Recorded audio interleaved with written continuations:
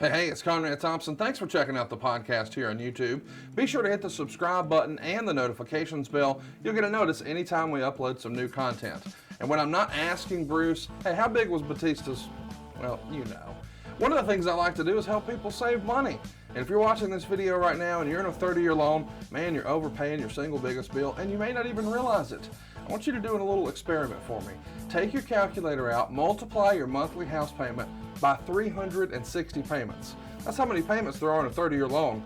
That big scary number, that's your total of payments. You're looking at that number? You know you can do better. Keep more of your own money right now and go to savewithconrad.com. Or maybe you've got credit card debt. Man, it's not a matter of if I can save you money with that. Your average interest rate on a credit card is more than 20%.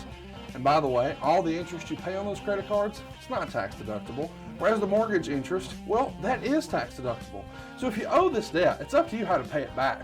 Doesn't it make sense to get the cheapest rate possible and the greatest tax deduction possible?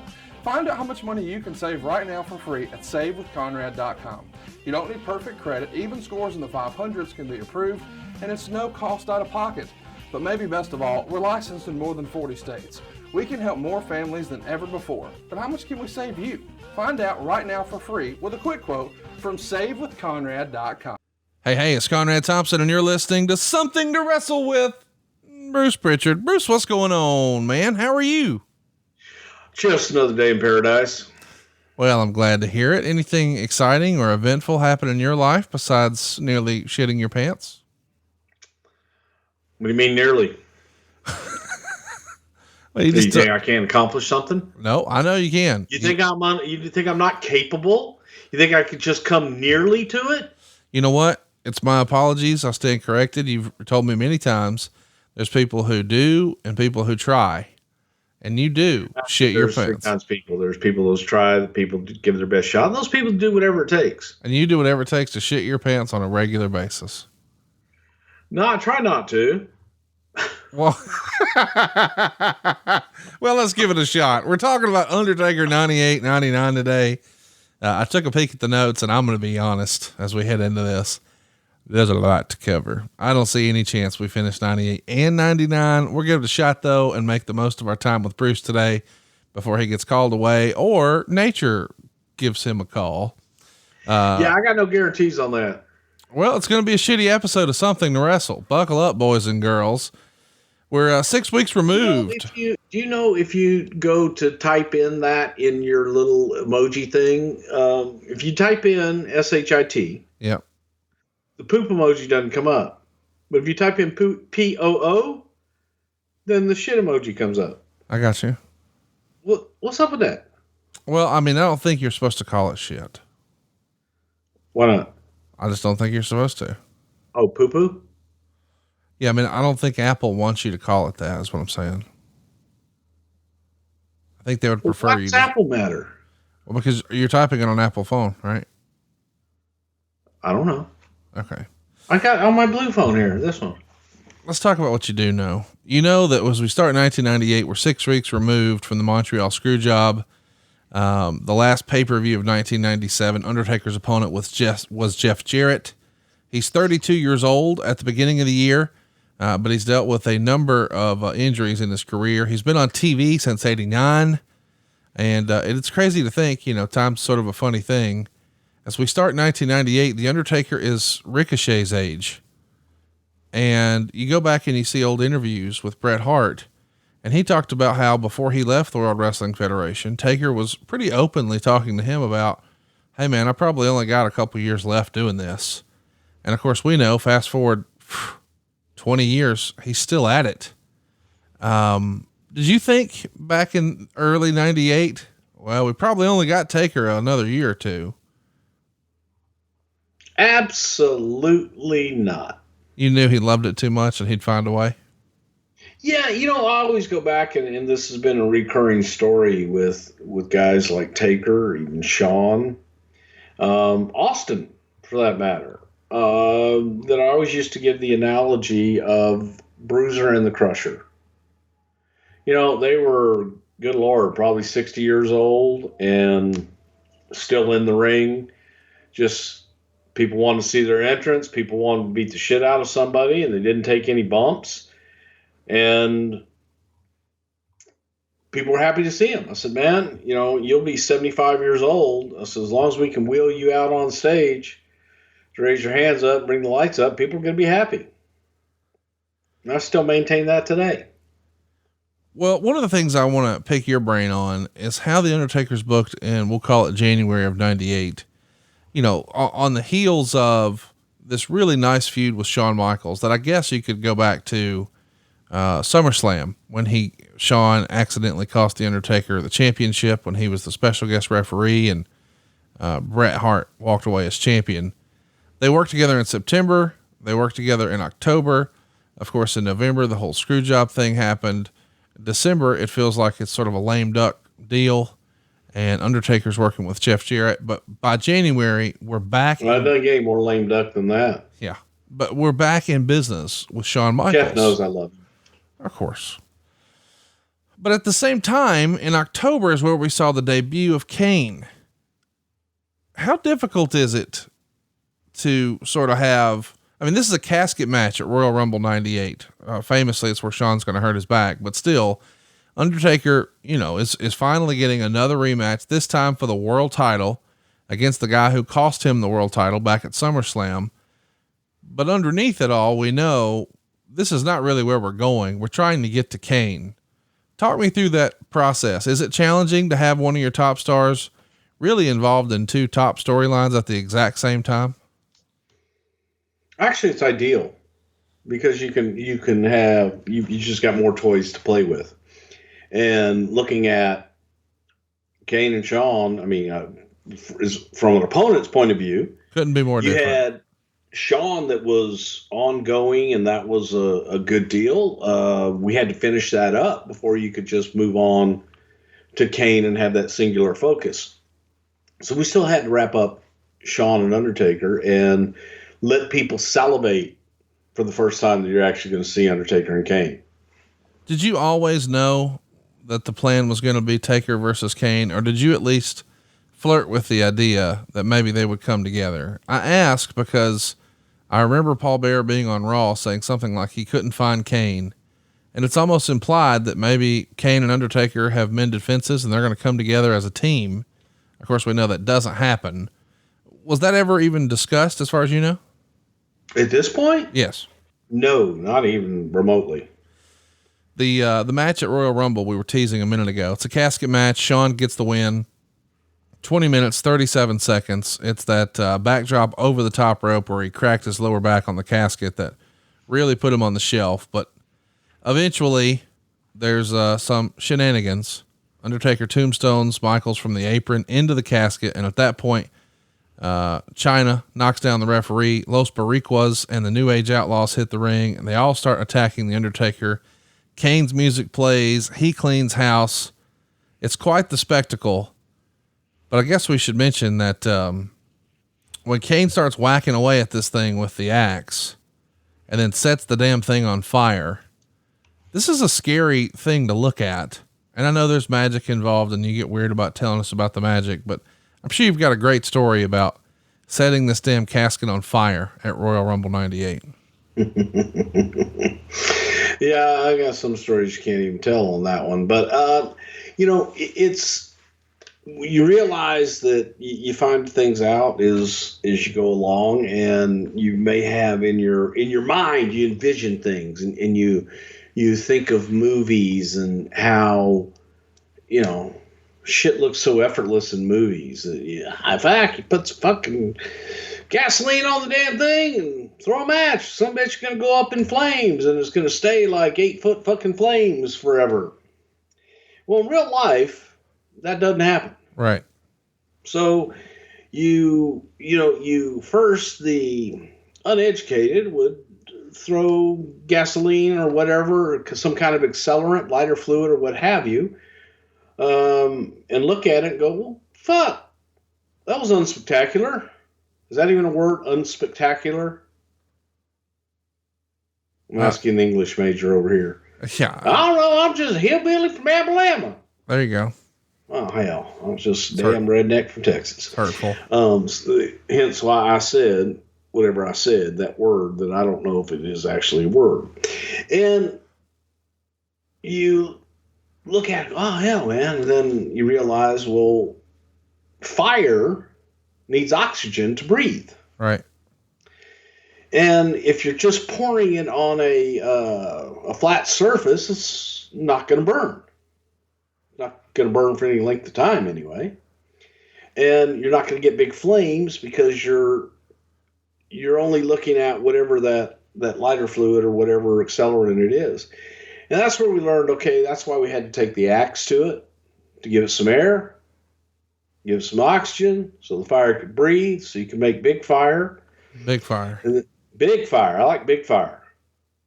You don't want fucking small fire. No. You want big fire. Yep. Okay.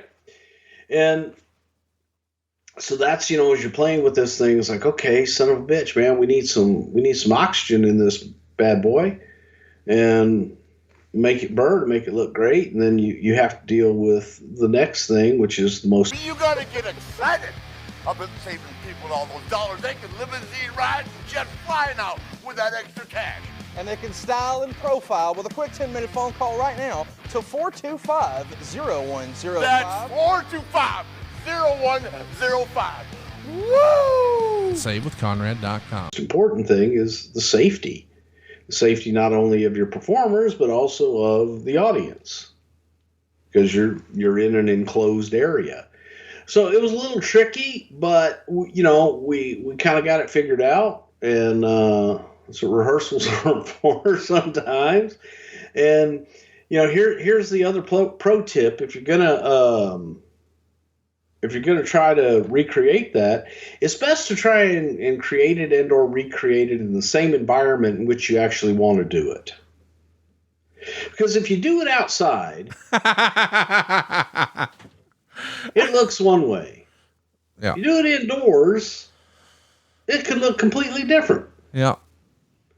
So, yeah, that was through a lot of trial and error to get to what we got to. But I thought it looked pretty fucking eerie and pretty good.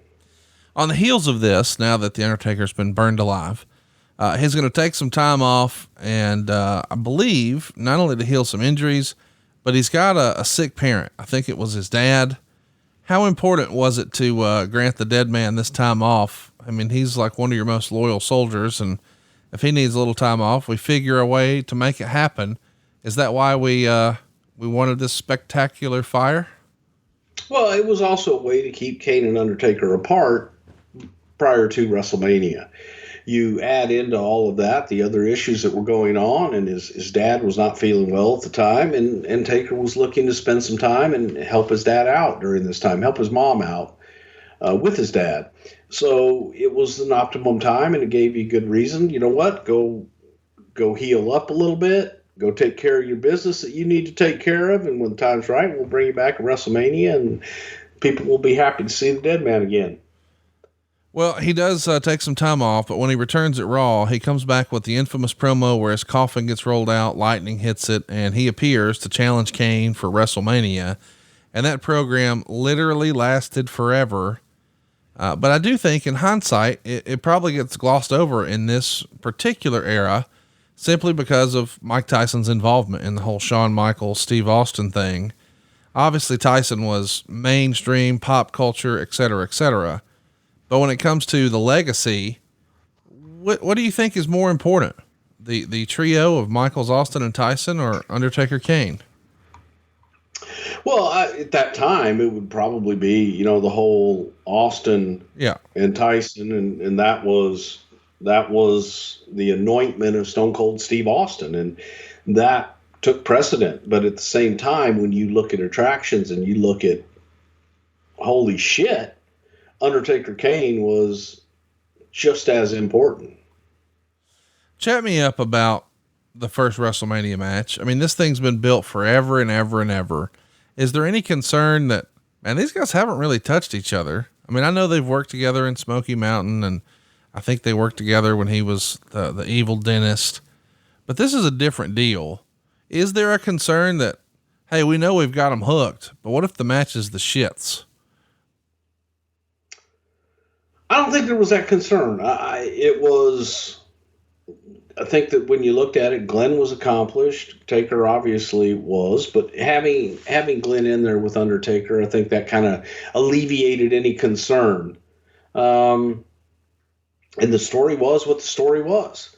So it was something that had been built, and back in those days, hell, that's not a long time to build and wait for a match. It's, you had the time to actually build to matches like that. It wasn't, an instant gratification society in which we live now.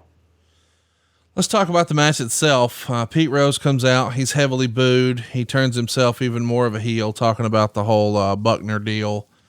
Kane comes out, tombstones him, gets a huge pop. And then, of course, Pete Rose is stretchered out. It is a famous WrestleMania moment. But the fans are cheering because, well, Pete's the real heel here. But we're supposed to hate Kane, too. Help me understand why that made sense. Do you sacrifice sort of the storyline in order to get the cheap pop with the celebrity? I don't think it's sacrificing any storyline at all. It's Kane coming out and, tombstoning a big celebrity in Pete Rose. And Pete Rose was a huge celebrity, especially at that time. It's just, it's a pop, but I don't think it's, oh my God, he's a heel, so a heel can't do anything to a heel. I don't look at it that way. It was a star moment. What can you tell me about the match itself? Do you think it delivered? I mean, you've got Undertaker doing the top, the dive over the top and crashing through Flying the table. cow. Yeah. Flying cow. Sorry. Multiple tombstones. And a lot of people felt like, it was good, but maybe too long, maybe didn't live up to the hype. And then afterwards, Bear's going to attack Undertaker. And then Kane sort of gets his heat back. Kane hits Undertaker with a chair and tombstones him on the chair. And I don't know, as a fan, I felt like, well, they did it, but maybe it wasn't exactly what I was hoping for. Were you pleased with it? No. And when I say no, it was fine. Yeah. It was fine, but I don't know that it was like the end all be all. It was also, I think, in everybody's mind, it was the first confrontation. So it's the first one. So you're going to have more. So you're thinking, okay, you don't want to give them everything that you can. I felt that gave them a little bit too much. And again, this is all hindsight being 2020. When you look at it, you go, maybe we gave them too much and didn't need to, which might have contributed to the feeling of maybe the match was a little bit long, but it was, in this particular situation, I truly believe then and now that that story was the match. The story was the attraction, and not necessarily the matches themselves.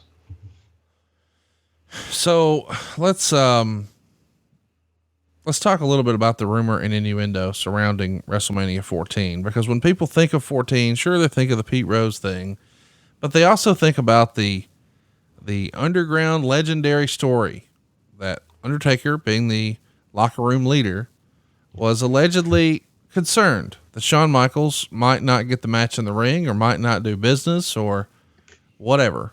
And as the famous story goes, Undertaker shows up to Gorilla and he's wrapping his fists as Shawn Michaels is getting ready to go wrestle Steve Austin that night in the main event. What's real? What's rumor and innuendo? Yeah, that happened. I mean, it was that took place. Taker was there, kind of like Taker is. If he's not in the last match, he's usually sitting there at Gorilla anyway, watching the last match. But I think there was quite a bit of emphasis at this point because Shawn had not been the most cooperative person during that day, and wasn't the most popular guy in the locker room that day by any stretch of the imagination. So throughout the day, throughout the night, there was all kind of rumor and innuendo. Is Shawn going to do business? Is he going to do everything that he needs to do? And Taker just wanted to be there to confront him, I think, on the way back if Shawn didn't do exactly what Shawn was supposed to do that night. Well, we're off to the races right away after WrestleMania. But just to give you a sidebar. Yes, please. Because we're talking about this particular evening, this particular WrestleMania in Pete Rose was... The one cool thing that happened that night was Pete Rose sat next to me at Gorilla all night long.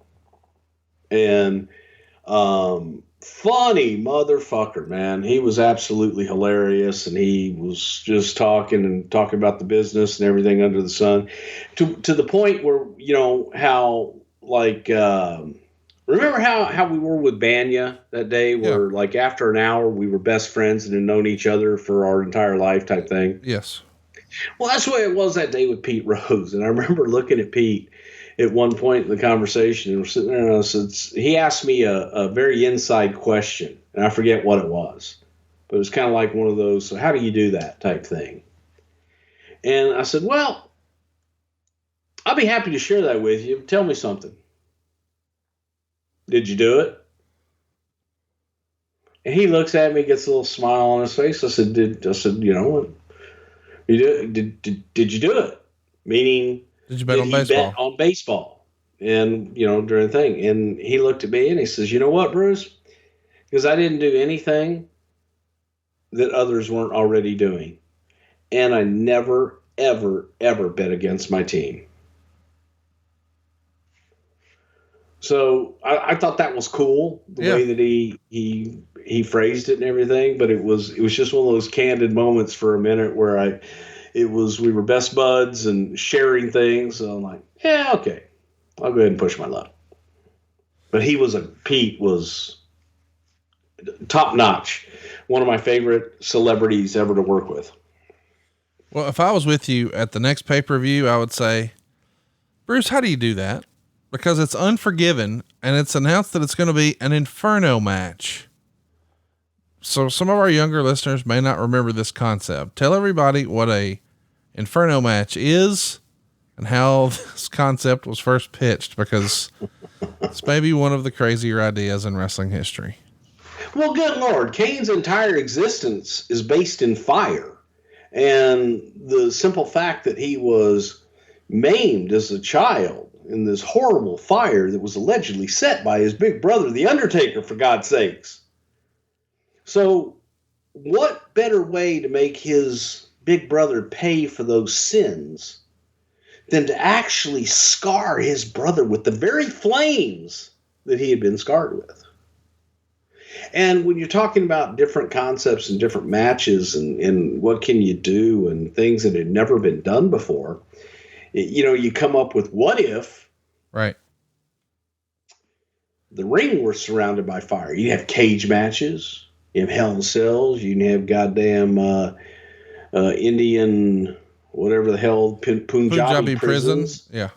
You can have everything under the sun. But man, an Inferno match, entire ring surrounded by a wall of flames. And the only way to win this match is to set your opponent on fire. Never been done. Whose idea was it, bud? Mm-hmm.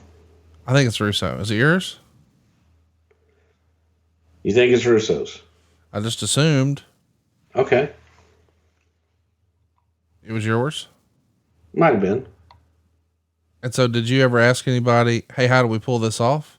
Or did you just sort of do your Royal Rumble 98 thing and say, like in the movies, I like big fire?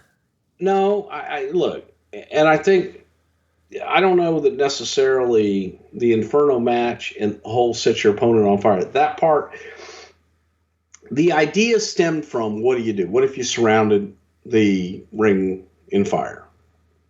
Okay. It was not my idea to set your opponent on fire. That kind of grew from there. My idea was basically like an old traditional cage match.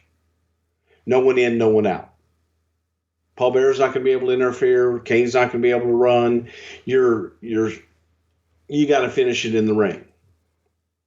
And one of the Vinces, I think, was one that came back with, well, that's how you win the match. You got to set your opponent on fire. Then the question comes up, well, then how the fuck do you do that? Surrounding the ring in fire, that's not really, like, how do you do that? That's easy to do. Easy, I tell you, easy. Yeah, it's not that easy. But I was going to say, yeah. Yeah. Do you run this past the talent at all? Or do they just show up and one day it's like, oh, hey, yeah, you're wrestling in a fire match, the pay-per-view, see there? No, they knew. I mean, it is the obvious question. What's a fire match or an Inferno match? What's a wall of flame on all four sides of the ring? And how do I win? Keeps you inside. When do you tell them, all right, now, remember how last week we said it was going to be like, nobody in, nobody out? Well, been talking to Caesar. He'd like to see us set you on fire. Yeah, I think there was some point that it was kind of, yeah. They were like, okay, how the fuck do we do that? And again, to me, we killed the mystique of the match, my opinion, by the way we did it, but we had to do it that way to set someone on fire safely. Is the guys got out? They got over the flames and they were outside and able to work outside of the ring. So that to me kind of killed the whole idea of the wall of flames surrounding the ring. And, again, you had to do that so that you could make sure that you set someone on fire safely. It's an interesting point of view. Isn't it though? I mean, you got to do what you got to do. Let's talk about how we get there. There's a big show called Mayhem in Manchester over in England. That's a sellout, 18,514 fans. There's $158,000 gross, and it's the second biggest gross you guys have had over there since SummerSlam 92. And Taker's gear isn't there. So he and Kane only do 3.5 minutes before Taker pins Kane. We assume the airline lost his luggage. That would be correct. Yeah. I mean, how do you wrestle? I mean, how are you the Undertaker at this point? Sort of pre-biker gimmick without gear. This is worst case scenario, huh? Not a good scenario, but who the hell checks their gear? Oh, look at you calling Mr. Calloway out. Well, damn it. Who checks their gear?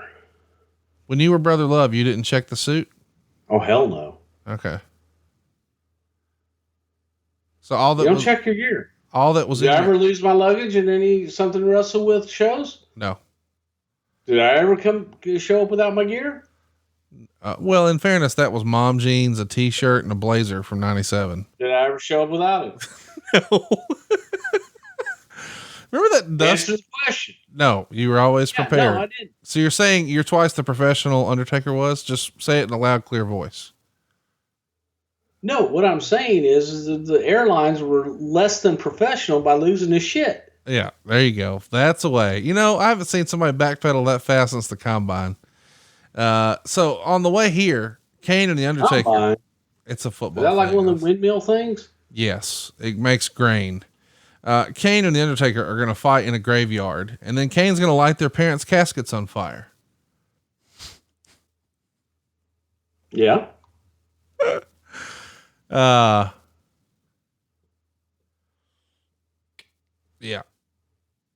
What do you think? What's wrong with that? What do you think old Paul Bosch would have thought of this creative back in the day?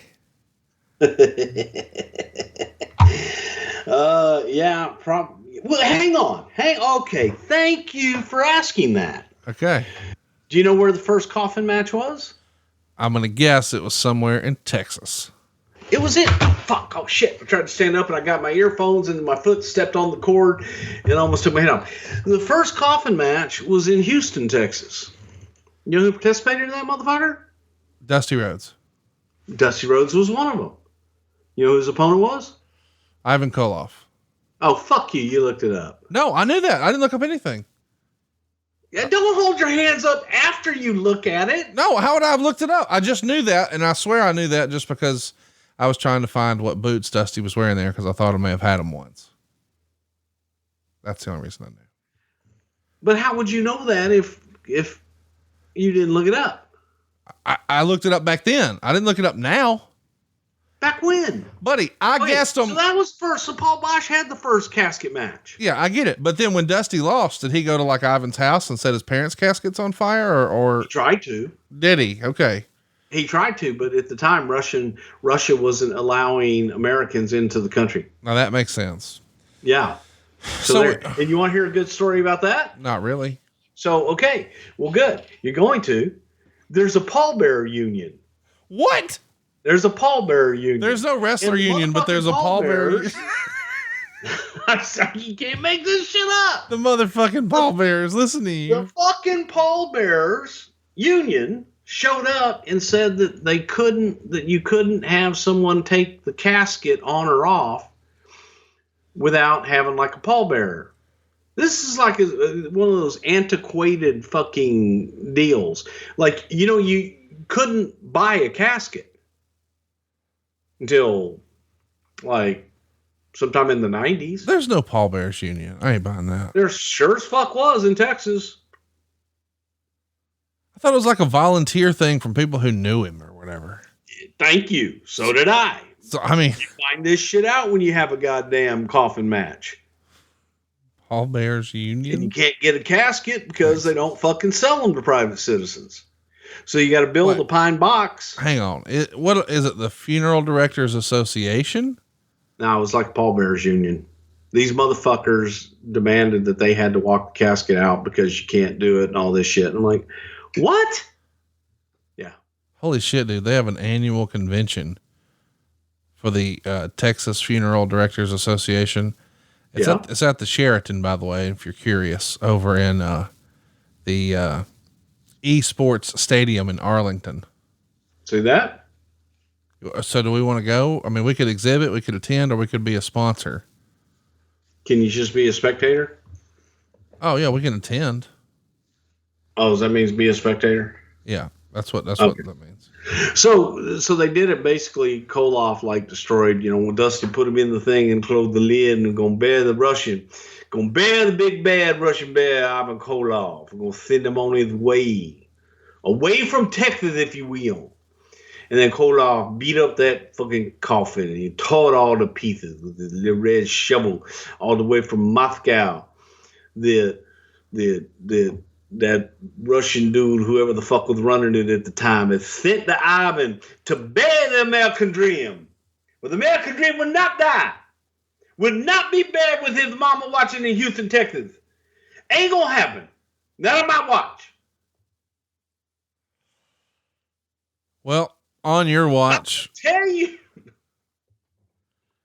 The WWF finally overtakes WCW in the ratings war, and you break the 83-week streak. How satisfying is this for you, for Vince? Hell, for Undertaker. You guys have been there forever and ever. Nitro has been on quite a tear. When you finally win, is it high fives all around, or do you even take a moment to acknowledge it because it's on to next week? It's on to next week, but at the same time, yeah, you're happy, you're celebrating. Fuck yeah. Little pissant Eric Bischoff down there fucking had his little 23-week run or whatever it was. Listen to you. Let's go to the Inferno match. Unforgiven, Charlotte, North Kakalaki. It's a fire match, and it's not the main event. It goes 15 minutes and 57 seconds. It's on 6th. Meltzer would say, again, with the exception of one spectacular dive out of the ring by Undertaker, this wasn't much of a wrestling match, but it was an interesting spectacle to watch of two guys not doing much of anything in a ring surrounded by flames. And that, I guess, is what you had to be fearful of going in, right? It's not like... Well, nobody knew how hot it was actually going to be. Let me ask, I'm not saying this to be funny. Had you ever seen any footage, like VHSs or whatever, of what Onita was doing over in FMW when he would like douse the ropes in fire and shit like that? Because those were always a train wreck. Yeah, they were horrible. That's not, and we weren't interested in doing that. But this was different. How? Because we control the flames. No, dude, they just wrapped the ropes and set them on fire. I'm with you, but the point is, There was nothing safe about what they did. Now you can't. We controlled everything. But you still can't really run the ropes or do a regular wrestling match, right? Yes, you could. Okay. No, you definitely could. Is it true that there's some sort of story involving Kane and Paul Bearer? They were supposed to get there the night before to do a walkthrough, but they got a car service or something like that. What was that story? The car went the wrong way. What? Tell me like I'm an eighth grader. So we put them on early in whatever town we were in the night before. Right. And sent a car service to pick them up and bring them to North Kakalaki. Had everything set up.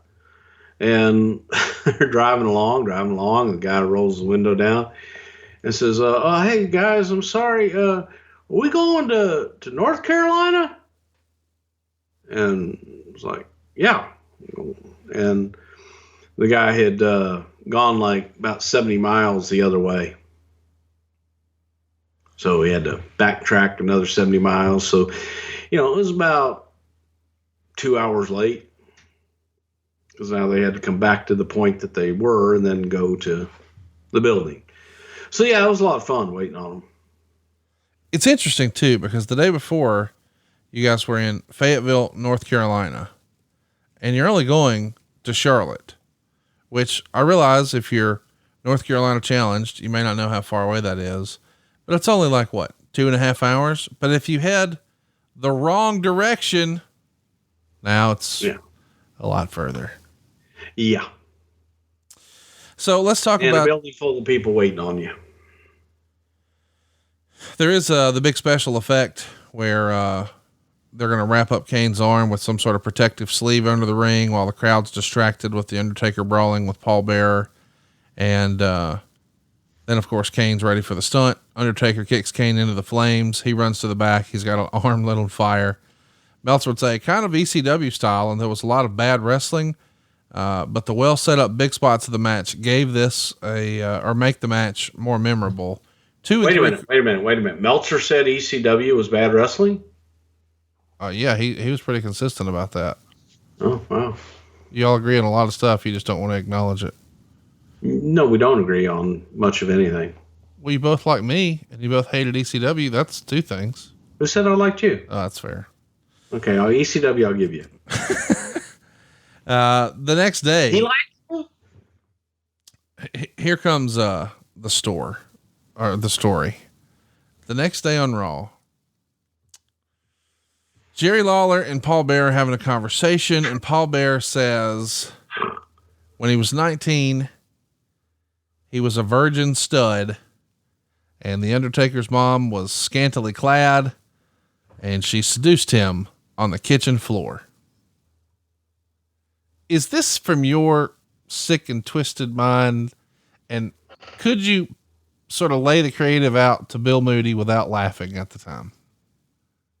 I think I laughed the entire time. And do you start with, now what if this story has so many layers to it. Now, here's my question though. Were you on some of that wacky tobacco with Briscoe when you thought of this and you started laughing and said, what if? Okay. First of all, you've got to picture Paul Bearer as a virgin stud. Yeah, well, yes. In the funeral home. Yes. With Taker's mama. Correct. Who took advantage of him. Right. Because he was a virgin stud. Well, very studly, yet virgin-esque. Which is complicated. And then I started diddling Taker's mama. She was diddling my little tinky thing. Yeah. She took Paul Bearer's virginity. My goodness. And guess what came of that? Do you know? Kane!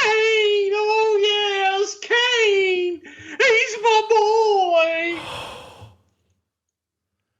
Who do you pitch on this idea first? I'm pretty sure I pitched Vince first. God damn, I love it. That's great shit, Bruce. Is that pretty much it? Again, it gave more layers to the story. There were a lot of unanswered questions. Of course, he's his daddy. Taker's mom and dad were dead in this horrible fire that he set. And he thought he killed his brother. What if his brother was only his half-brother? Because that funeral director that was awful studly that Taker could remember as a young child had actually diddled his mama. Chat me up. What did it sound like? What did Vince say when he pitched this idea? He just fucking loved it. It was like, God damn. And then it grew from there because now everybody starts putting their 2 cents in and everything else. And yeah, what if we picked up a conversation?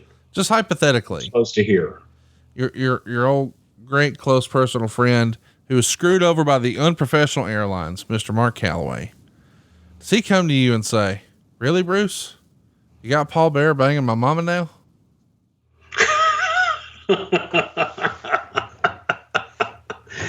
Yeah, but I do think he told his actual mother that it was my idea. Yeah. Hey, Mama, just so I you think know, she wanted to strangle me.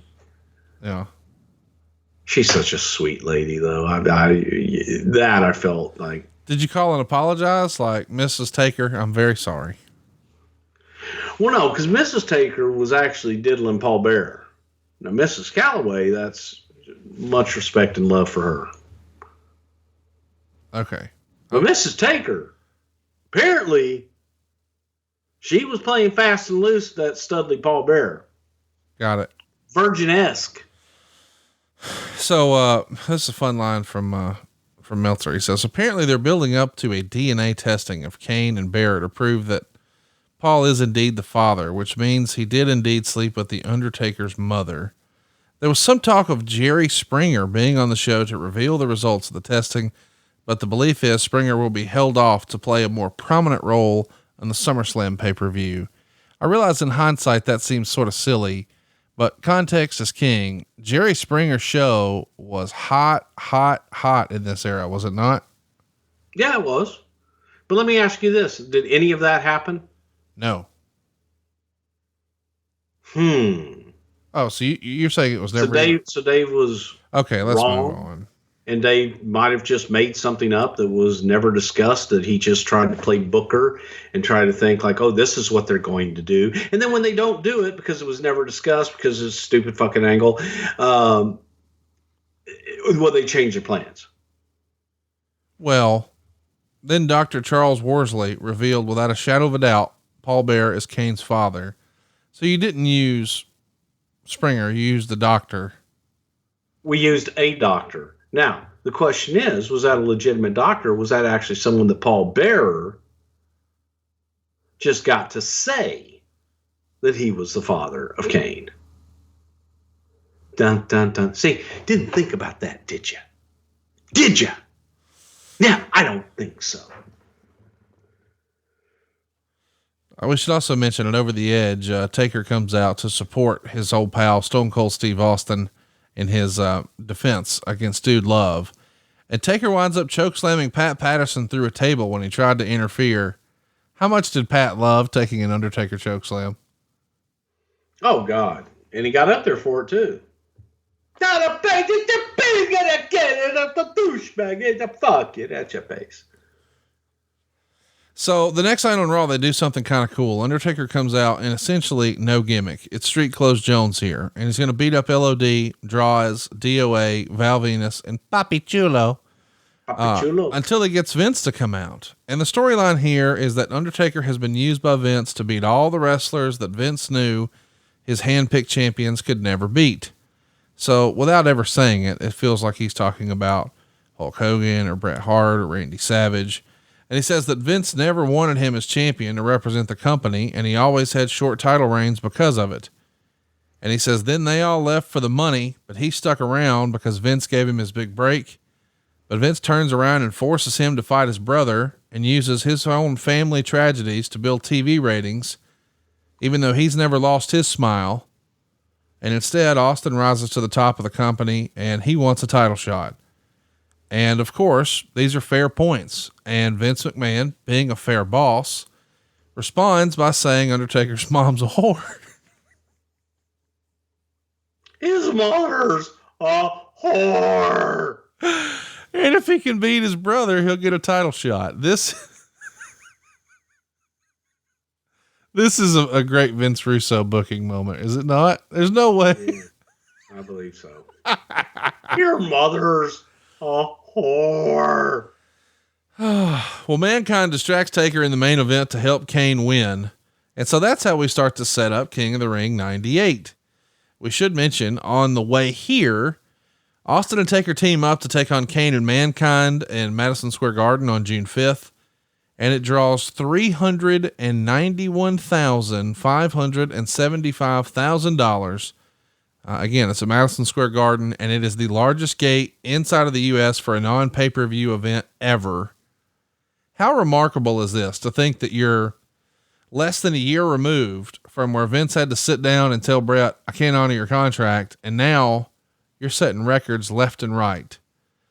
That's motivation that a small adjustment and some persistence, it can change a lot very quickly. Can it not? Yes, it can. Last time that me and Duffy were there with on top, I think we did a little bit more than that. They just don't want to give us credit. So, Raw has a build for Taker and Austin against Kane and Mankind in a Hell in a Cell match, but it's not really much of a match. But Bear hits a gusher on his forehead. What do you remember about Paul Bearer bleeding like a stuck pig here?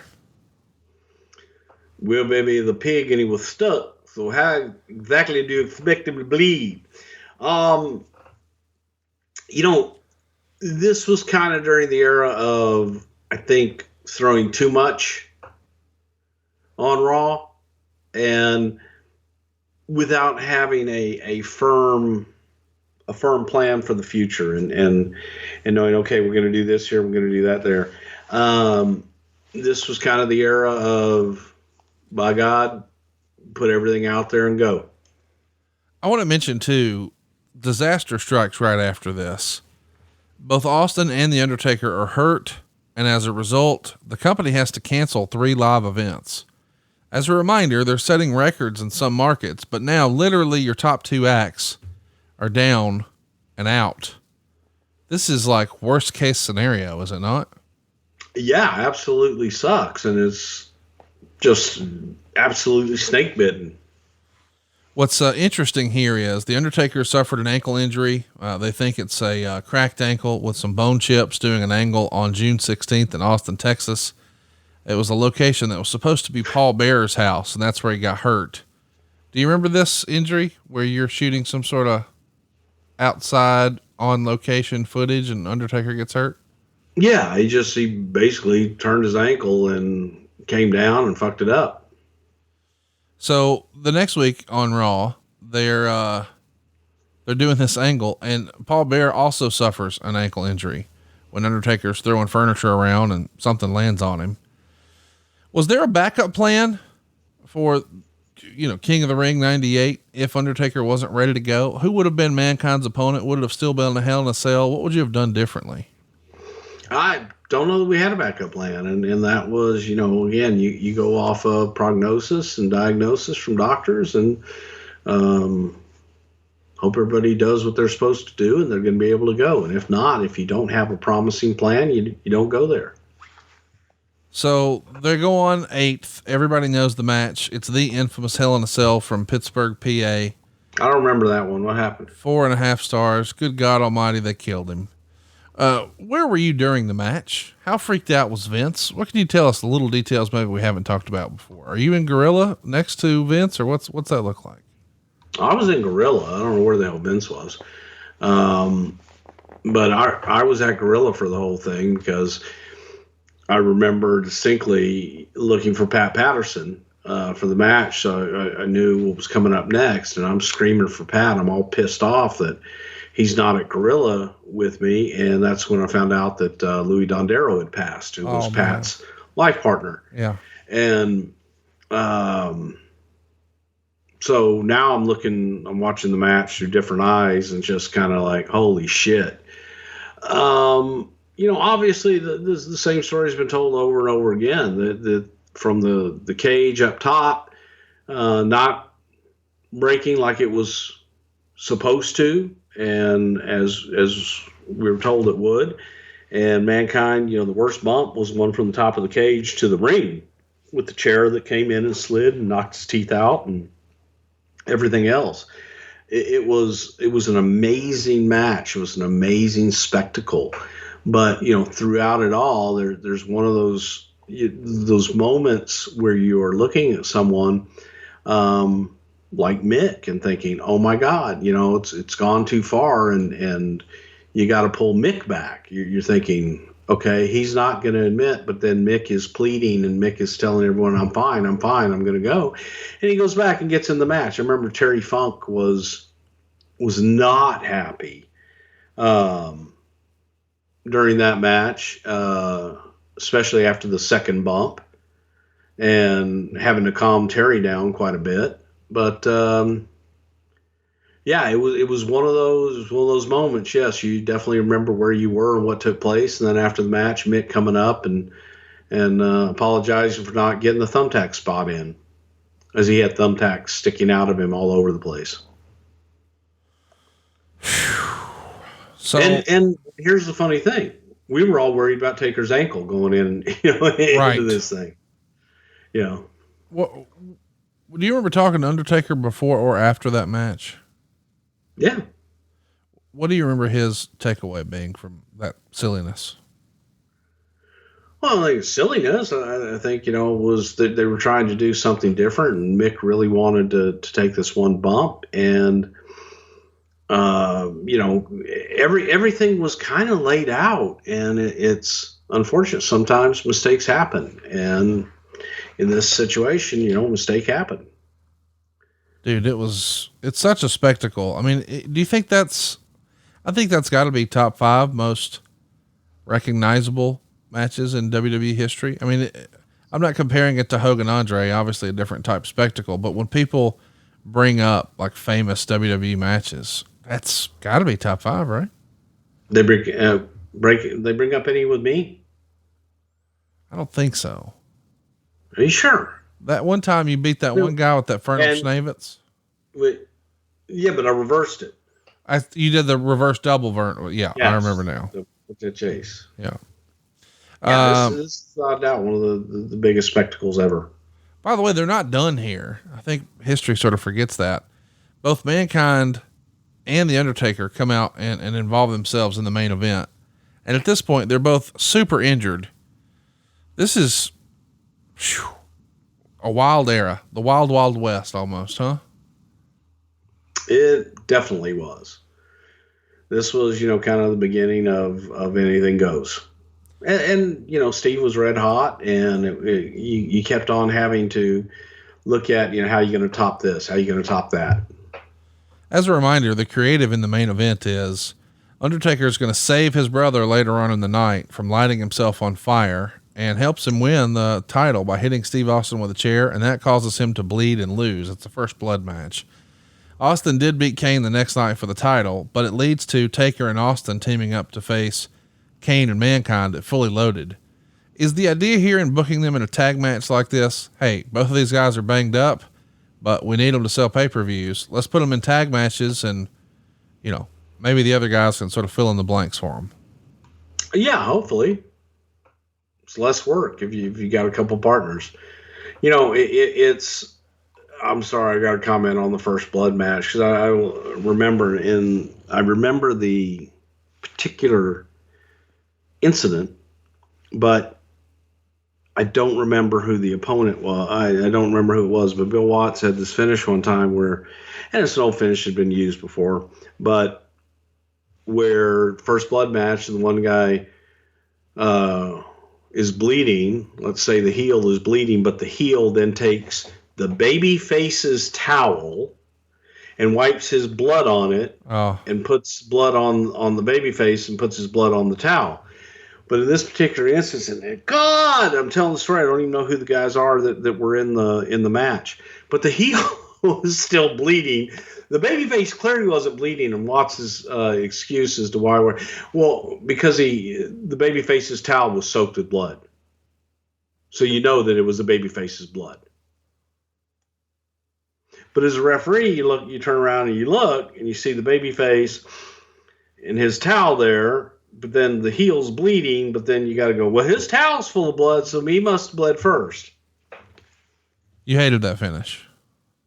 I hated that finish. Yeah, I can tell. So let's talk about the next Raw taping. It's to become the number one contender for SummerSlam. There's a 3-way match between Undertaker, Kane, and Mankind.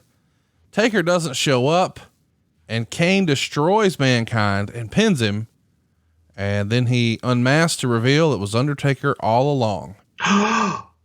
Really? Bastard! That's a pretty creative, badass finish. The first time we saw something like this done in the WWE in a long, long time. I guess it's almost like a Scooby-Doo finish, huh? Whose idea was this? Who deserves the credit? It was genius. You're going to put it like that. It was definitely you, right? Oh, yeah, definitely. No, I want to say it was probably Vince Russo. Well, it's fucking awesome. And I'm glad that you're giving him some credit for a great idea. I showed that to Eric Bischoff a few years ago, and he loved it. Anyway, the SummerSlam main event is set, but it's not one that goes on without debate. I think the expectation is probably, as hot as Austin is, that Undertaker was probably going to be the guy booed, but I mean, they're kind of both baby faces, right? I mean, this is in hindsight, we needed a clear cut heel baby face for SummerSlam 98. Did we not? Yeah, I think you really did. And looking at it on paper, and not only looking at it on paper, looking at it on the chair and the artwork for that SummerSlam was absolutely incredible. No, I mean, it looks phenomenal. Highway to Hell. You guys licensed the song. The creative is awesome. You do monster business on the Home Shopping Network after. It's New York City. It's two of the hottest wrestlers in the history of the company. It checks all the boxes, but then the match is just sort of, well, we'll get there. Here's the other thing I wanted to ask that I've always been really focused on. If you don't have confidence in Taker's ankle and you know he's hurt, why are you rolling the dice on Madison Square Garden main event, Steve Austin here? Bro, anybody can work, bro. Oh, it's a work, right, bro? Need I say more? Well, on the way there, Austin and Taker win the tag titles from Kane and Mankind at Fully Loaded. This feels like a classic Russo booking tool, enemies being tag partners who wind up being champions. Really well done here. I mean, you go back a few years prior, or I guess even the year prior, and we saw it happen with Shawn Michaels and Steve Austin. But I like that, right? You know, strange bedfellows. We hate each other, but we're forced to be in this tag spot together, and damn it, we're better than we thought together. Yeah, you know, it's, but again, goddamn, man, that's a booking tool from a gazillion years, right? You know, before. I remember Wahoo McDaniel and Johnny Valentine had these classic battles in Houston, beat the living shit out of each other with Johnny as a heel and Wahoo as the ultimate babyface. But by God, when Chris Markoff and Bronco Lubitsch came in and hit Wahoo with the fucking tag team trophy, you know, the guy that Wahoo turned to be in his corner was the guy that he had gone to battle with more times than anybody in that Sam Houston Coliseum. That was Johnny Valentine. Well, I'll be. So yeah, it's a very effective booking tool, but yeah, one that had been done since forever that I can ever remember. It's beautiful. Who do you want to go into battle with? The guy that you've been in battle with that you know is tough, that can beat the shit out of you? Sure. So yeah, I thought it was tremendous. Talk to me a little bit about Undertaker here winning the tag titles. Believe it or not, this is the first time that happens. Is that more because the Undertaker persona was just a solo act, or was he just one of those guys that you always would lean to and say, he didn't need the belts? He didn't need the belts. They didn't. But it was, you know, it was a tool to become champions and then take it away from them to add even more fuel to the fire for their match, to try to make that match as personal as you possibly could. Let's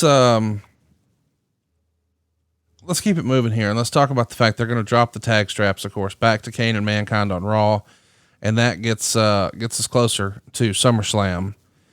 Kane and Taker during this period start to act a little closer and closer. At this point, do you know that, hey, if we're going to wind up with them on the same side, why not just try Taker as a heel against Austin? Or, and I'm not saying this to be funny, did Undertaker just not want to be a heel here? I know that sounds crazy, but in this era, business is so hot, you're making huge money on merch, right? So if you turn, maybe some of that dries up. Yeah, I don't know if Vince was really ready to turn the Undertaker yet, and I don't know that there was a lot of confidence that you could turn Undertaker at this time. Steve was still new, and Undertaker was just as hot. He was this hot baby face as well. So if you turn him, are you going to take a little bit away from that? It's also, but to your point, I think it would have been better to have turned Taker at that point. It's easy for us to sort of armchair quarterback this and say creatively it could have been better, but business wise, couldn't have really been any better. You got over 19,000 fans paying $764,165. Third biggest gross in the United States behind WrestleMania and the Nitro where Goldberg beat Hogan. It also got 700,000 pay-per-view buys. 700,000. Woo. That's a lot of loot, dude. That was a hell of an attraction. Meltzer, it was, you were really taking your two biggest stars in the company at the time and pitting them against one another in what, again, on paper, you would think people would want to see that, and they did want to see it. I just don't know that they were happy when they got it. If that makes any sense, yeah, I was like, I want to see it, but when I see it, did I really want to see that? Is it kind of like when guys want to see it's the Battle of the Giants? I want the two biggest guys to fight. And then you get in there and you're like, well, that match wasn't very good. Really, it's the David and Goliath match that works out better, right? Yeah, but also as long as you have someone, a strong protagonist and a strong antagonist, you need someone to cheer for. Right. And if your loyalty's divided, right, which I think in this case, a lot of people, Steve was walking on water and Taker had been the man. Is it kind of like, a more modern version of WrestleMania 6 with Hogan and Warrior? In a lot of respects, yes. Yeah, because you had two guys. The only difference was neither one of these were going anywhere.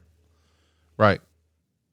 It's just fascinating to me that this babyface main event, whether it's Hogan Warrior or it's Brett Shawn or it's Austin Undertaker, it just doesn't ever really click the way we hope it does. But the match isn't panned in the Observer. He gave it 3.5 stars. And they went 20 minutes and 52 seconds. Of course, Steve Austin won.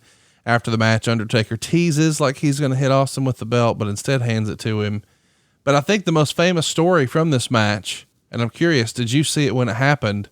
The guys bump heads and it is ugly. Like they're thrown for a loop. I think Austin specifically, right? I think Austin was knocked out. Yeah. And it was early on. Yes. As I remember.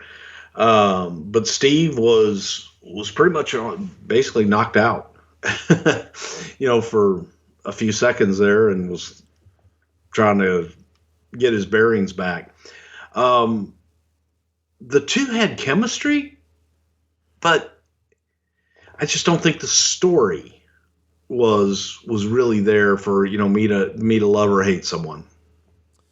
The Taker Kane alliance would continue, but still without the full heel turn by Taker. We should go ahead and let everybody know that after the show, in character, of course, Vince is pissed that Taker and Kane didn't take the title off of Austin. So he makes a triple threat match for the next pay-per-view breakdown. And it's announced that Taker and Kane can only pin Austin, but Austin can pin either. And the match itself sort of is what it is. 22 minutes and 3 seconds. Meltzer would write, there was no winner in the main event, but one loser, Steve Austin against Undertaker and Kane in 22:03. The big spot came when Austin hit Kane with a chair, but Taker hit Austin with a chair and went to pin him, but Kane saved Austin. Then Kane went to pin Austin. Undertaker saved Austin. Taker and Kane start fighting, and Austin even helps Kane double on Undertaker. Finally, Austin tries a stunner on Kane, who blocks it, shoves Austin into the high kick of Undertaker, and both guys choke slam Austin and pin him at the same time. And then Vince gets the belt and runs away, jumping into a limo with the motor running, 2.25 stars. I mean, I guess in theory, the idea is we've got to find a way to get the belt off of Austin, but in hindsight, was this the best creative we ever had? No, but it was fun. It left you asking a lot of questions and what are you going to do now? And gave you a reason to tune in to see, okay, now what next? Because is Undertaker the champion? Is Kane the champion? Or is Mr. McMahon the champion? Do you feel like that's a pay-per-view finish or more of a TV finish?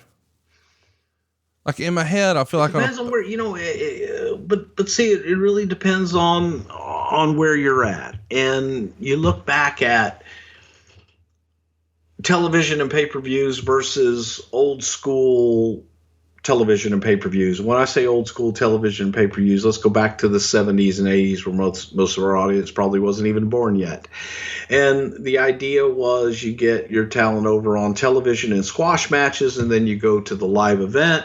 And at the live event, you do a hot finish to bring people back the next week to the live event. Very seldom did you get a lot of just plain, clean, and simple finishes in your top stories. There's always somebody screwing somebody or somebody getting involved or what have you.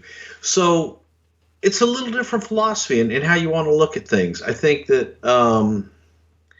if there's a good story, and especially for a pay-per-view to pay-per-view, yeah, man, if you do a screwy finish and you bring it back the next pay-per-view and you give them a finish, then eventually you got to give people a finish.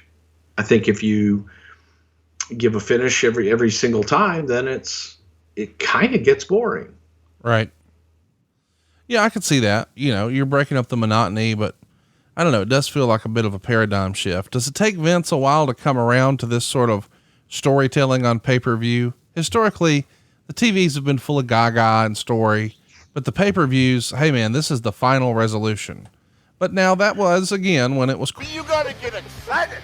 I've been saving people all those dollars. They can limousine ride and jet fly now with that extra cash. And they can style and profile with a quick 10-minute phone call right now to 425-0105. That's 425-0105. Woo! SaveWithConrad.com. Quarterly. Now that it's monthly, does he come around to the idea? Yeah, times are changing. And, with times changing, it becomes, you got to adapt to them. And maybe you don't, it wasn't hurting business. Right. So maybe that philosophy of leave them hanging on the pay-per-view and make them come back for more drives them to TV, then television drives them to the resolution on the next pay-per-view. This is very much the era where Stone Cold has been using the Smoking Skull Championship. It's probably one of the first, I guess, besides the $1 Million Championship, and that was just a made-up title. But we're not using the traditional, Big Eagle or whatever they call it. It's a custom that is for the specific champion. What do you think of that? The Smoking Skull Championship. I loved it in theory, and to make Steve stand out and be unique, I thought it was pure genius. The old school in me, was kind of like, there's a championship that everybody wants to vie for, and you want to hold that prize. You want to hold that trophy, that championship. So, a little old school in me that felt that way, but at the same time, I thought that the belt that was made for Steve was awesome. How involved was the Undertaker and his creative in this point? I mean, we've heard stories before that Austin would sometimes say, he wouldn't say, "What about this?" He would just say, "Oh, that sucks. I don't like it," or whatever. I'm paraphrasing, but the idea being, he didn't always communicate what he would rather do, but he was pretty clear about, I like this, I don't like that. We've heard that pretty consistently. Was Undertaker like that at all? Did he have a voice in any of that, or was it just, okay, that's what y'all want to do? Yeah, no, Taker always had a voice, and Taker had an opinion, and a lot of times throughout the years, it would be, Bruce, go sell him. And I would be the one that would be charged with convincing the Undertaker to do something maybe that he wasn't completely enamored with, and be the go-between to bring things back and forth and try to come up with a compromise. Do you remember any instance like that in '98 as we're sort of running through all that? You know, I remember a big one, but it was '99 really, was the Buried Alive match on SmackDown, like the second or third week, that Taker was just adamant about doing. He did not want to do it. We'll get there. Let's pause. We'll come to it. So I mean, but that's the one that sticks out in my mind, that it was really contentious, but Take did what he needed to do. So on the heels of Breakdown, Undertaker is going to turn full-fledged heel. He attacks Vince McMahon after Vince announces the WWF title will be held up and a winner will be determined at Survivor Series. So Taker and Kane destroy Vince, including his ankle. And then Taker is on path to headline another pay-per-view. This time it's Judgment Day against Kane with Steve as the referee. So we just tried a babyface versus babyface pay-per-view main event. Now it's going to be heel versus heel. We're really trying some new things here. The guys go 17 minutes and 41 seconds. It's a no contest. Steve Austin is the referee. At first, Austin's not counting as Undertaker has Kane pinned. But when Kane has Undertaker pinned, Austin gives a fast count. So we're trying to be creative. But still, it's not exactly maybe the best creative we ever saw. Eventually, Paul Bearer comes out, asks Kane to step aside so he could hit Undertaker with a chair. And then he hits Kane with a chair, who no-sells the chair. Kane goes after Bearer. Undertaker clocks him with a chair. Austin recovers and refuses to count. Undertaker's arguing with Austin. Austin gives him a stunner and a chair shot and counts with both men laying on the mat, rules them both the loser, and announces he's the winner. And Austin says Vince doesn't have the balls to fire me. So, of course, Vince fires him. And in the Observer, it got -half a star. This is now 2 pay-per-views in a row with some gaga instead of a traditional match. Continue. Sorry. You're going to like this. Okay. You know, a lot of people love to knock Vince Russo. And we've had our fun with Vince Russo from time to time. But this is when Russo's voice was being heard. Yeah. You know, and it was a new voice giving, you know, some of these ideas, and his voice was being heard. I think that some of this shit was extremely creative and very, very good. It was outside the lines. Yes. And we were coloring outside the lines, and it was unpredictable, and it was doing things we had never done before. So to that, you know, hats off. And that's why I got, you know, I'm laughing at, what's his name's negative stars or whatever the hell he said. Because it was different. It was a good story. It kept people guessing. It was fun, and you couldn't call it. Now, some would argue you couldn't call it because it was illogical. But at the same time, yeah, it was logical. Vince, you don't have the balls to fire me? Oh, yeah, fuck you, you're fired. Now people, what? You know, they're not expecting that. They're expecting well, by God, I'll get you. So I thought it was some interesting storytelling and good storytelling. So the next night on Raw is a pretty famous Raw. It's where Austin is going to hold Vince McMahon hostage. But what is really forgotten is Taker and Kane have a rematch in a casket match. And this kind of starts the Kane babyface run. And now Bear is with Taker, which leads to a promo before the match. Here's the recap from the Observer. Undertaker came out with Paul Bearer. They turned the guy so many times that nobody cares about him. He's got no cheers or boos. Now he's the one who set the fire after all. Although now the fire only deformed poor Kane, and the part about his parents dying in the fire has been forgotten. Undertaker's interview was almost as bad as the Warrior interview, as these storylines really make almost as little sense as WCW storylines. When did you sort of get loosey-goosey with what really happened? Or in your opinion, is it Well, no, he's a heel. He's lying about what happened. You got to see through that. Well, yeah. Okay. But then again, do we really know what happened? No, we don't know. It'll Taker's mama. Well, we feel pretty strongly about that. War. So, And that, you know what, man, that funeral part where I heard was just pretty loosey goosey. really? Yeah, that's what I heard. Okay. Well, the other thing, Paul Bearer, young Studley, virgin-esque Paul Bearer, he held it all together. the other thing that's loosey goosey is the casket in this casket match. The match is over when, the casket breaks, and that leads to the WWF tournament at Survivor Series. We're pretty excited about this, but it's reported in the dirt sheets, as you like to call them at the time, that the Undertaker's been dealing with back spasms, but he's really not missing any time, and he's making all the house shows. Is this more, hey, Vince really needs him to make the shots, or is the money so damn good he didn't want to dare miss it? Taker is an old timer, man. He's going to make it no matter what. And guys were built differently then, and the business was different. You didn't have the same kind of medical facilities that we have now, and it was a different business. You're talking many, many years ago. It was a different business with a different type of talent that was like, if I can walk, I'm going to make the show. Even if I can't walk and I'm in a wheelchair, I'm going to make the show. If I'm advertised, I'm going to make the show.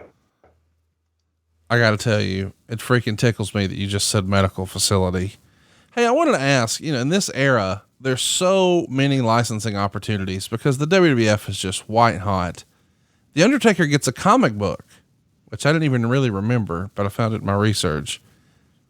But boy, talk about bad timing. He gets a comic book right after he turned heel. Shit.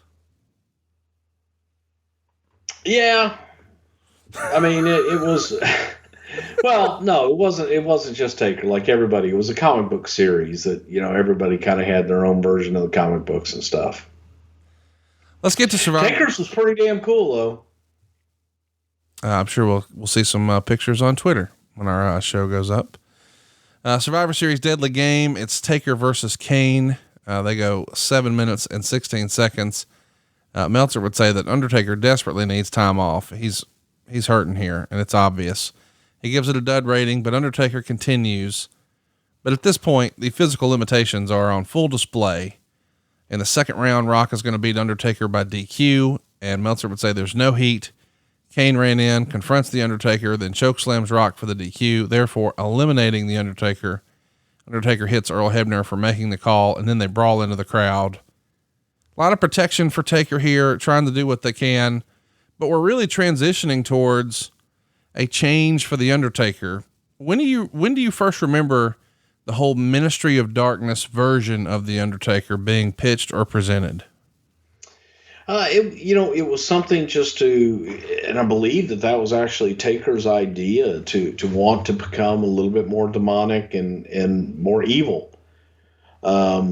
Looking at the character, and we had taken care of that character for so many years that it was an opportunity to go on the dark side, if you will, and try to take it to the next level and be a different presentation of the Undertaker. Well, how's this for a different presentation? Undertaker and Paul Bearer kidnap Stone Cold, and they go to embalm him in the run up to their Buried Alive match. Were you shooting this? Is this your? I did not shoot that. No, I didn't. Well, there's a infamous clip now where Bill Moody, aka Paul Bearer, is just screwing around.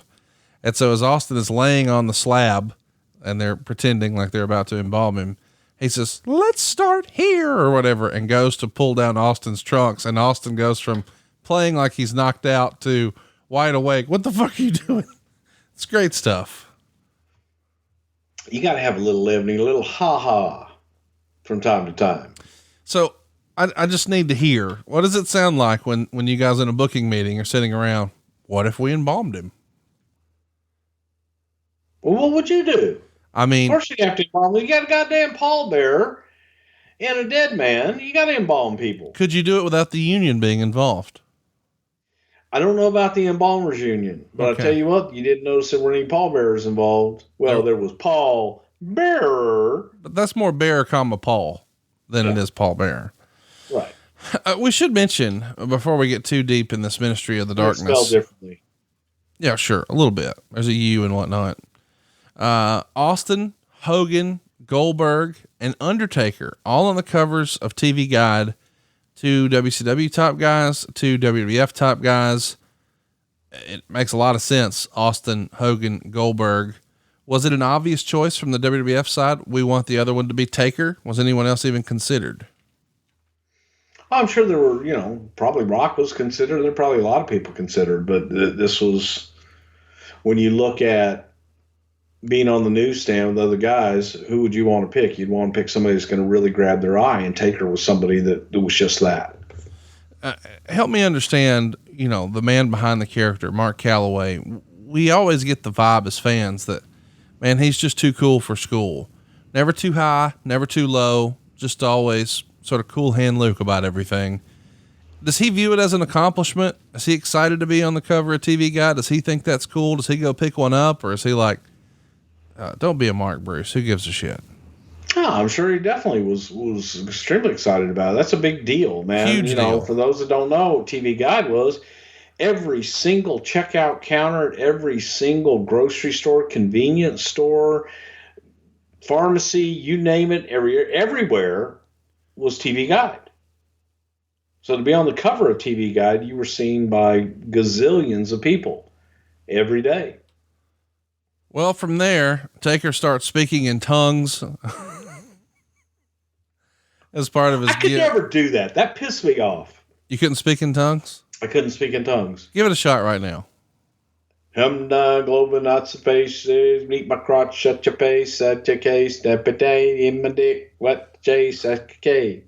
I mean, I'm not sure if that was Nikolai Volkov singing or if it was Pat Patterson having a conversation, but together it kind of worked.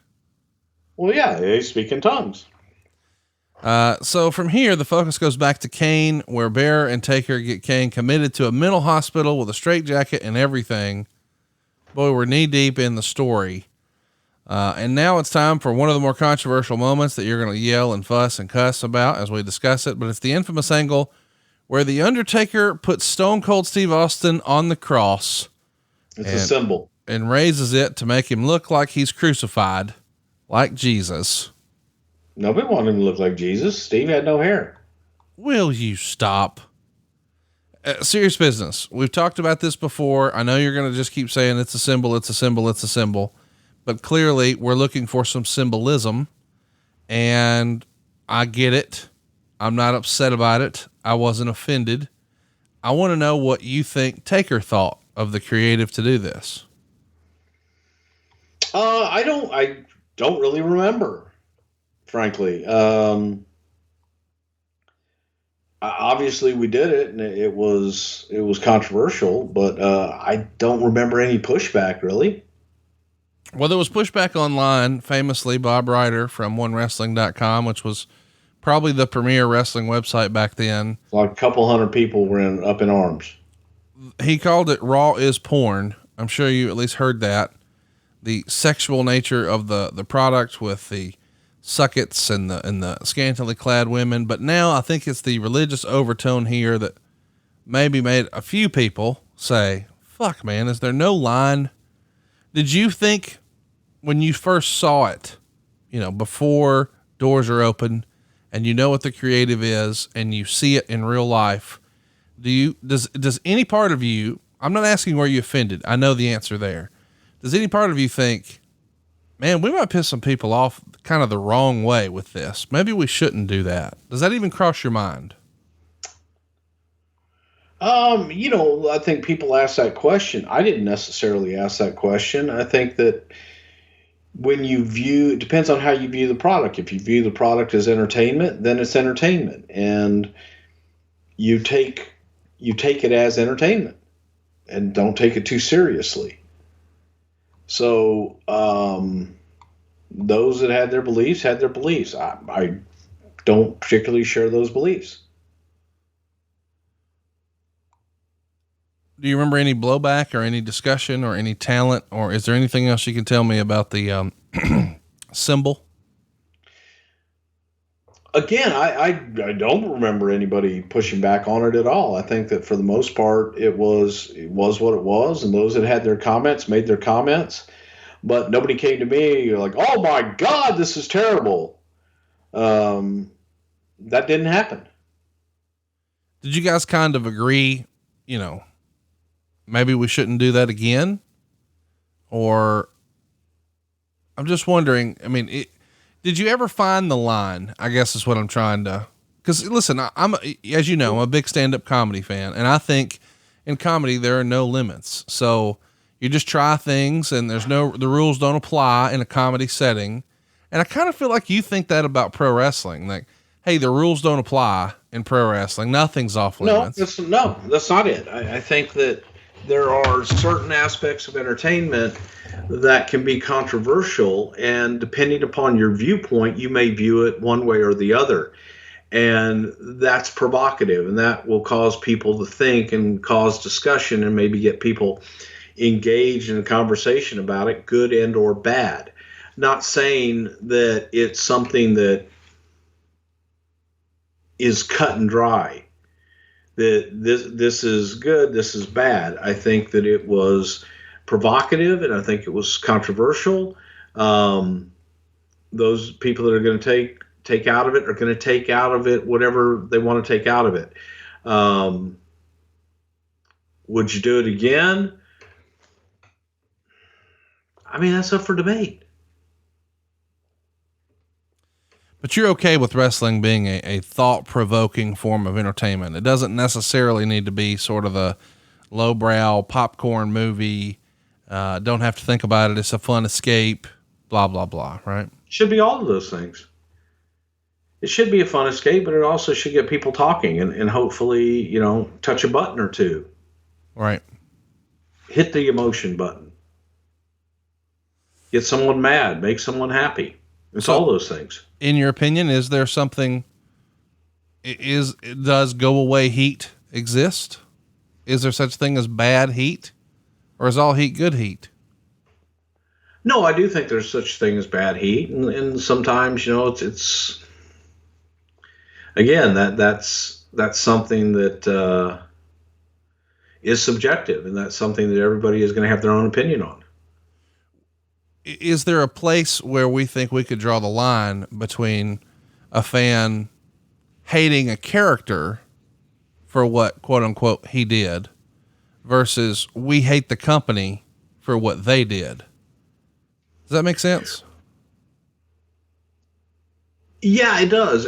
But it's also, I think that sometimes the media, the internet, the social media, what have you, have created a voice for about 8% of our population, where they can be loud and they can hide behind a keyboard, or they can hide behind a phone, or they don't have to actually get out and do anything and or face anything, that it's very easy to critique, and it's easy to blame, and it's easy to dissect and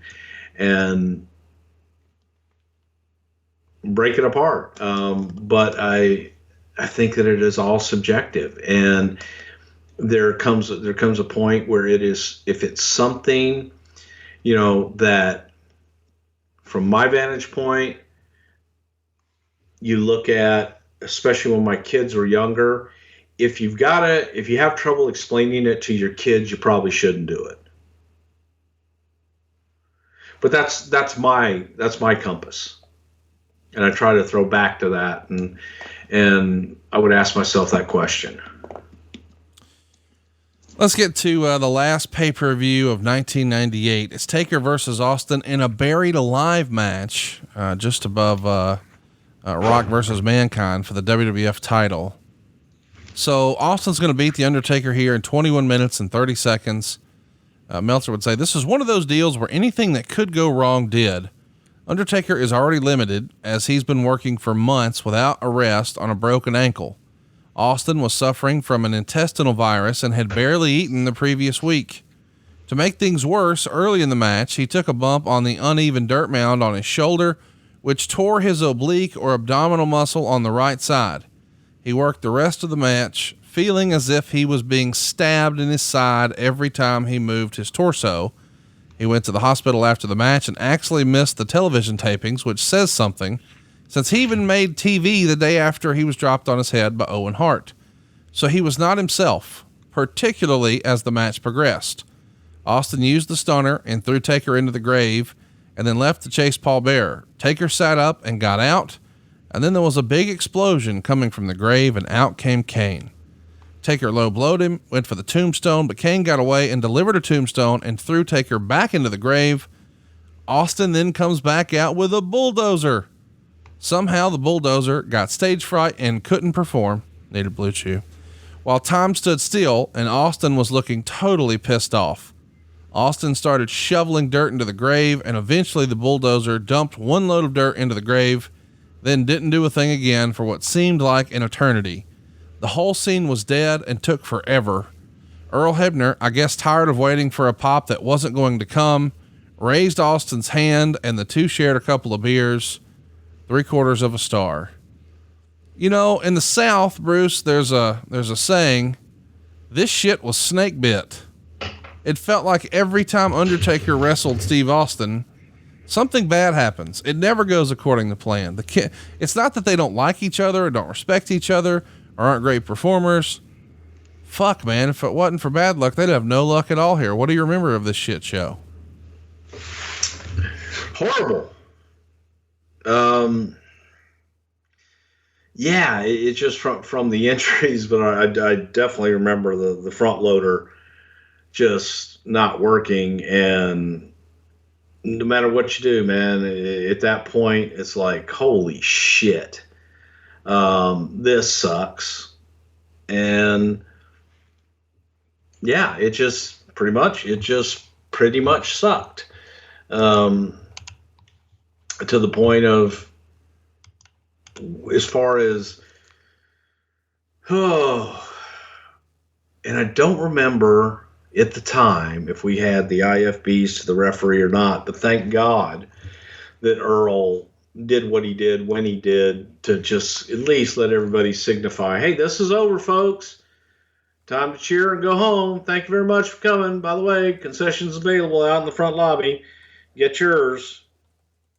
So not good on so many levels. It was pretty rough. Well, it's, yeah. When this bulldozer thing doesn't go according to plan, is there someone to blame, or is it just like, fuck, man, we had a bad night? Basically, it's a bad night. It's a situation where, hey, everything worked great earlier, and okay, now for whatever reason, it didn't work. It's like the damn the time that the fucking ball wouldn't drop and the thing wouldn't go off in the bus for the DX bus or whatever it was. It was like, oh my God, this is terrible. And Goldberg's car didn't start. And I mean, there's been a few times like that where it's just there's reason for Goldberg's car not starting. Jeez, I can't even go there. It's because you smeared shit all over the business. That's what it was, right? That's what I do. Bruce, we're going to stop it right there. I feel like we should probably take a peek behind the curtain. I'm going out of town tomorrow for a rare vacation, and our plan was to tape not one, but 2 episodes today. And then we had to take a break right in the middle because you got a personal phone call about a friend who's in a bad spot, and it has not gone according to planned. And I don't know. I feel like maybe we should just acknowledge that as much as you and I enjoy doing the podcast, and as important as it is, when we're right in the middle of having fun and hamming it up and bullshitting and telling stories, getting a call like that will kind of take you out of the mood, won't it? Yeah, sometimes life happens, man. And, yeah. Yes. I'm trying not to. just share your heart for a minute. I think, you know, people think wrestling is real. And you know what I mean when I say that. I don't think a lot of our listeners are able to sometimes separate you, the entertainer, you, the writer of Raw, and you, the real dude, you know, the father, the husband, the friend. And, I don't know. I'm going to call an audible, and we're going to take a pause here, but it just feels like it would be an okay time for you to just sort of talk. Yeah, no, you know, it's just, I'll say this. Hug the ones you love, and just, you know, let people know how much you appreciate them, every chance you get. Hey, this is just a personal thing for me. Get vaccinated, for yourself and others.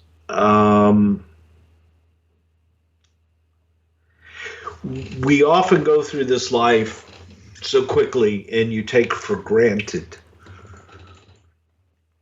what's been in your life for a long time.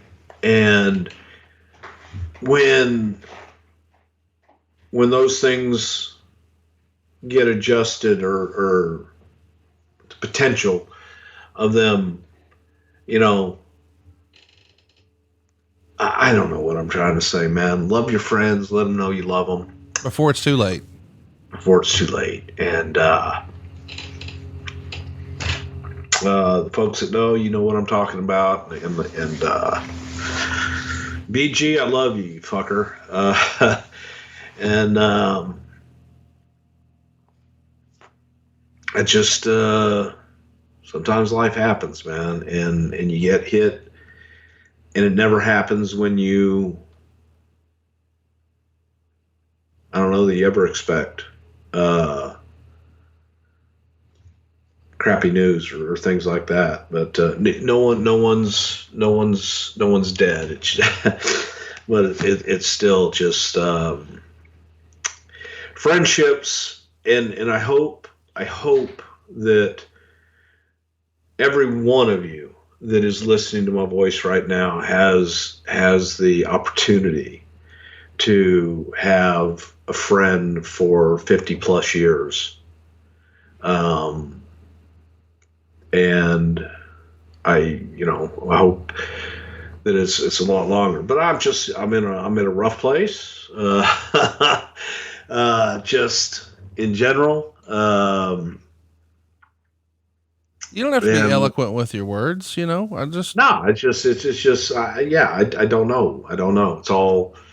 It's all fresh, and I just got a buddy that's sick, and I just want him to get better. That's it.